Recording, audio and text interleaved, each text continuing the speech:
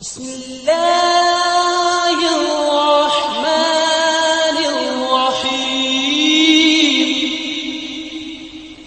بسم اللہ الرحمن الرحیم۔ محترم ناظرین، آج پھر میں آپ کے سامنے نماز کے بہت ہی اہم مسائل لے کر حاضر ہوا ہوں۔ پہلا مسئلہ یہ ہے کہ نماز میں ڈکار لینے سے نماز میں کوئی فرق پڑے گا یا نماز میں کوئی فرق نہیں پڑے گا۔ تو اس مسئلے کا جواب یہ ہے کہ نماز میں اگر ڈکار آ جائے تو جہاں تک ہو سکے ڈکار کو روکنے کی کوشش کرنی چاہیے۔ اگر روکنے کی کوشش نہیں کی تو نماز مکروہ ہوگی، نماز کا ثواب کم ہو جائے گا۔ لیکن اگر روکنے کی کوشش کی اور پھر بھی ڈکار آ گئی تو پھر نماز پر کوئی فرق نہیں پڑے گا۔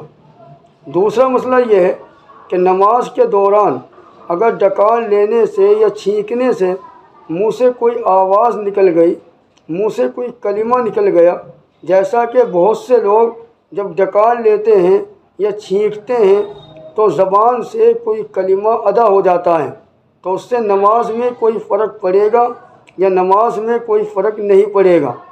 تو اس مسئلے کا جواب یہ ہے کہ اگر ڈکار لیتے وقت یا چھینکتے وقت زبان سے کوئی کلمہ بغیر ارادے کے، بغیر اختیار کے ادا ہو گیا تو اس سے نماز میں کوئی فرق نہیں پڑے گا، نماز بالکل صحیح رہے گی۔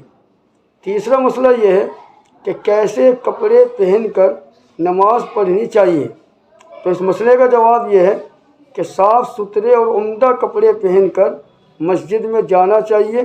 اللہ کا گھر ہے، ایسے کپڑے پہن کر مسجد میں جانا جس سے دوسرے لوگوں کے پاس جاتے ہوئے شرم محسوس ہوتی ہو، انسان عام مجلسوں میں وہ کپڑے پہن کر نہ جا سکتا ہو، ایسے کپڑے پہن کر نماز پڑھنے کے لیے جانا مکروہ تحریمی ہے۔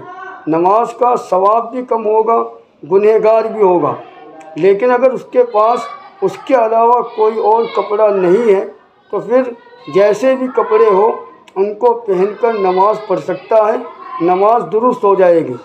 امید ہے کہ یہ سارے مسائل آپ کو بہت ہی اچھے طریقے سے سمجھ میں آئے ہوں گے۔ اللہ سے دعا ہے کہ اللہ تعالیٰ مجھے بھی آپ حضرات کو بھی شریعت کے مطابق صحیح عمل کرنے کی توفیق عطا فرمائے۔ السلام علیکم ورحمۃ اللہ۔ پل کے لیے دنیا میں کہیں توہین نبی